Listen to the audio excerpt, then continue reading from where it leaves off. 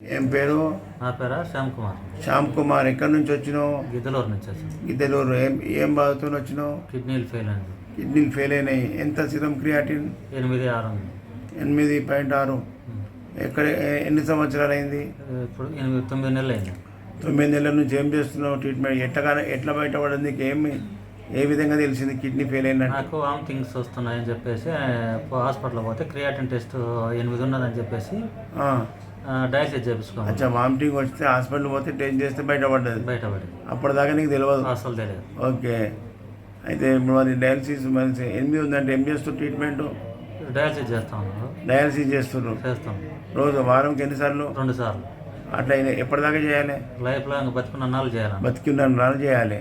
అది correct treatment. ఇంకా బతికేది మస్తుంది. నువ్వు చిన్న ఏజే కదా, ఇంకా మరి ఎప్పటిదాకా చేసుకుంటావు? హింస ఎంత కష్టమవుతుంది చేస్తుంటే. 4 గంటలు వండుకోవాలి. మధ్యలో ఎప్పుడు హార్ట్ స్ట్రోక్ వస్తుందో తెలియదు, బ్రెయిన్ స్ట్రోక్ వస్తుందో తెలియదు. అది ఫిల్టర్ అయినప్పుడు. కాబట్టి అది కాదు. ఇది హోమియోపతిలో కిడ్నీలకు నెఫ్రాన్స్కు మంచిగా నార్మల్ అయ్యేటట్టు చేసే శక్తి హోమియోపతి మందులలో ఉన్నది. మీరు చెప్పే సిమ్టమ్ బట్టి మేము మందు ఇస్తాం.